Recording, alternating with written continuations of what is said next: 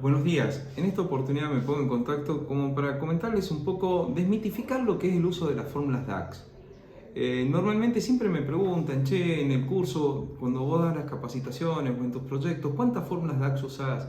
Es muy complejo, ¿qué profundidad llegamos? ¿Hasta dónde vamos a ver las fórmulas DAX? Y le damos mucha importancia. Yo generalmente cuando encaro este tipo de trabajos digo, primer punto, un tema. Si yo voy a aprender de memoria todas las fórmulas DAX, son 700 páginas de Microsoft, lo que es el decálogo de ellos de fórmulas DAX que tienen son aproximadamente 700 páginas, bien con explicaciones y demás. Es decir que son muchas, son muchísimas. Aprenderlas de memoria es todo un desafío si lo vas a encarar, bien, pero para mí no es lo más importante. Es decir, yo cuando voy a hacer un análisis de esto, cuando voy a enseñar una capacitación, me baso en muy pocas fórmulas. Yo cualquier modelo financiero o desarrollo de implementación de Power BI complejo en el área financiera que yo use, no son más de 6 o 7 fórmulas distintas que las repito muchas veces, eso sí, bien, pero no son muchas fórmulas. Entonces un poco es mostrar acá eso que les estoy hablando. Bien, en el caso del taller de finanzas, por ejemplo, cada taller tiene su detalle de fórmulas que son exactamente las mismas que yo uso luego en las implementaciones reales. Y lo voy a mostrar, ¿bien? Entonces, esta, por ejemplo, que es en el caso de los talleres que yo realizo. Para tipo de cambio, esto no es una fórmula DAX en sí, es un desarrollo Python que hemos hecho con mi equipo, donde vos accediendo a este link podés bajar directamente en tu aplicación de escritorio o en la web si lo usas con Datamarts en el Power BI, las tablas de tipo de cambio de varios países que lo puedes usar en tu proyecto para unificar o homogeneizar la moneda en el momento de consolidar la información. ¿Ok? Eso también hay un video en mi canal de YouTube donde está explicado al detalle cómo se maneja. Luego la fórmula de calendario, en el caso tengo 2 o 3 opciones, hay algunas que son directamente con query o esta que es la que uso habitualmente, donde es básicamente para trabajar con calendario fiscal. Ustedes han visto que cualquier análisis financiero vos tenés el ejercicio económico que se llamaría, que muchas veces difiere de lo que es el año calendario. Entonces este calendario o este modelo de calendario permite segmentar eso junto con la tabla que está acá. ¿Cómo aplico esto? Yo no me la sé de memoria. Yo lo que hago es copiar desde acá, botón izquierdo del mouse, copiar y pegar en el proyecto que esté usando. Eso es lo que yo hago. ¿Bien? Si vos me pones a escribir esto de memoria, no lo sé. Luego, creo una tabla para poder definir si quiero el ejercicio fiscal o el estándar. Digamos, cuando lo voy a seleccionar, con estas dos fórmulas que acá defino el mes inicial del ejercicio fiscal y este es el selector. De ahí me voy a hacer, esto generalmente lo uso por la parte comercial, lo que es el rolling. Bien, no le vamos a dar tanta importancia acá. Siempre que presentamos un análisis financiero, nosotros habitualmente cuando se presenta un estado de resultados, se dice que presentás el mes, el acumulado anual hasta ese momento que es el year to date y el full year que vendría a ser todo lo que vos imaginás que iba a suceder en el año completo. Bien, esas 3 medidas, yo creo esta tabla que está acá, la fórmula del selector, y de ahí en más es crear la fórmula patrimonial. Esto es cuando yo tiro un balance o lo que fuera o un capital de trabajo, cualquiera de ellos, la fórmula de patrimonial es esta, nada más, es simplemente sumar la columna donde está nuestro saldo, la del planificado, sumar la columna donde está la tabla nuestra de la planificación o del presupuesto. El año anterior uso Calculate es la única fórmula que yo te puedo decir, me la sé de memoria y que lo uso muchísimo, es una fórmula DAX que se usa muchísimo. Bien, en este caso lo que hago es aplicarle el filtro de la fecha que yo quiero mostrar, que es un año anterior, para lo que es la parte patrimonial, cuando yo lo hago el comparativo. Ustedes han visto que en un análisis financiero se usa mucho, no se usa mucho, cuando yo voy a presentar un balance o algún análisis de este estilo, patrimonial, estamos hablando, siempre vos presentás acumulado, es decir, desde el primer momento que tuvo una registración contable de esa cuenta hasta el momento de la presentación. Perfecto, esta es la fórmula que uno dice. No me la sé de memoria. ¿Qué hago? Copio y pego. Y luego, por supuesto, reemplazo acá, bien, en la ubicación del calendario donde estaba, básicamente es eso, nada más. Lo mismo para el planificado, lo mismo para la comparativa del año anterior. Cuando vamos a hacer la cuenta del resultado, el cálculo es un poco distinto. ¿Por qué razón? En el patrimonial yo necesitaba acumular todo, desde el primer momento. En el caso del resultado yo considero simplemente desde el ejercicio económico, cuando inició el ejercicio económico. Y ese es el acumulado mío que yo estoy teniendo. Y a su vez acá sí entra a jugar mes to date, year to date, full year.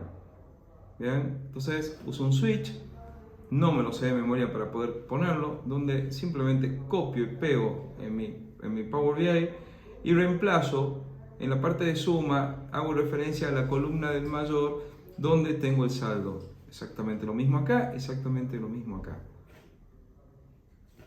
Planificado, igual que el común. Año anterior, nuestra fórmula calculate, bien, donde estamos viendo eso. Cash flow requiere un trabajo adicional, es decir, esta es quizás la fórmula de mayor desafío para ponerla, o la más compleja, pero fíjense que no es para nada compleja. Cuando yo voy a hacer un cash flow, un estado de resultado, cualquier informe que requiere información, que vas a tener información de distintas fuentes y la unificás en un mismo reporte o en un mismo panel, en una misma gráfica, una misma visualización, necesitas crear un template del mismo. Entonces en este caso creo un template del cash flow donde pongo los conceptos que quiero mostrar, le hago un ID, un índice y creo una fórmula para cada uno de estos. Y la fórmula, de vuelta, es la misma que teníamos en la patrimonial, que está acá, es exactamente la misma. Bien, que simplemente es sumar, en el caso de la cuenta corriente clientes, la suma de la columna que tenga el movimiento, que en este caso se llama el movimiento transacción, de la tabla donde tengo la cuenta corriente clientes. Cobranzas proyectadas, exactamente lo mismo, cheque tercero lo mismo, es decir, cada subtotal o cada concepto que veo acá tiene una fórmula particular, y luego la fórmula que me muestra, que esta sí es la que sí se puede llamar compleja, es un switch un poco más complejo, pero que es muy versátil, ¿bien? Que también lo copio y lo pego nada más, donde yo estoy diciendo que de acuerdo a los conceptos que yo tengo acá, me muestre en una sola visualización cobranzas clientes y cada uno de estos conceptos que yo quería, y acá lo que hago es reemplazar la fórmula que estaba puesta acá. Bien, simplemente la reemplazo en cada uno de estos. Eso es todo. Bien, variaciones con respecto a esta son las otras que uso, pero ese es el listado más completo de fórmulas que yo tengo. Bien, es decir, que yo uso en cualquier proyecto por más complejo que sea. Y vamos a ver, es decir, por un lado, esto es, vendría a ser, yo tengo un pack de medidas que realmente uso en los proyectos grandes míos. Fíjense, esto son las medidas económicas, fíjate que tenés muchas. Aparte acá tenés lo que es, en cada una de las medidas que está creada, está la parte en pesos y en dólares, y tenés actual y periodo anterior, ¿bien?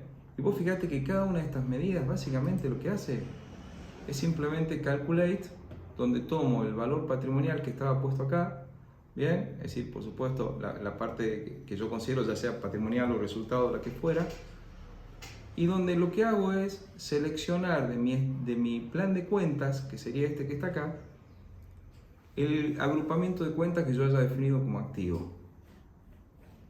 Lo mismo para, bueno, acá tenés activo, después tenés, perdón, esto era pasivo. Tenés la ganancia neta, el capital de trabajo, todos son la misma fórmula, calculate, donde trabajando sobre el plan de cuenta, que en este caso se llama GLS, yo habitualmente en mis proyectos lo llamo de esta forma, GL es por contabilidad en inglés y S es estrategia contable. Entonces básicamente el plan de cuenta es el que me define a mí la aperturación y cómo lo voy a trabajar, y es básicamente eso. ¿Bien? Todas estas, fíjate que tenés indicadores de todo tipo, EBITDA, ganancia neta, EBIT, activo fijo, capital de trabajo, están todas acá. Son derivaciones de exactamente la misma fórmula, para que después vos puedas trabajarlo y cuando lo vas a visualizar o vayamos a mostrar la visualización ese panel, haga foco exactamente en el indicador que vos querés ver o la evolución de este indicador. Pero todos se calcularon con la misma fórmula. El estado de resultado era un poco más complejo, como yo les decía. Necesito crear cada uno de las fórmulas estas. Las fórmulas estas son exactamente lo que habíamos visto en el otro lado. Es decir, simplemente suma o resta o divisiones de del acomodamiento que yo haga en mi plan de cuentas, bien, y después uso un switch grande para poder mostrarlas. Eso es todo. Entonces, un poco es desmitificar el trabajo en este punto. Bien, es mucho más sencillo de lo que ustedes se imaginan. Bien, fíjense el estado de resultados. Bien, es como la fórmula del cash flow, es exactamente la misma, solamente que por supuesto los conceptos son diferentes. Y acá hago referencia a los indicadores, los KPI que me hayan solicitado la firma en especial, para poder determinar cómo lo arman, porque cada empresa tiene una forma de establecer el cash flow diferente. Entonces yo con este pack de fórmulas hago cualquier cosa.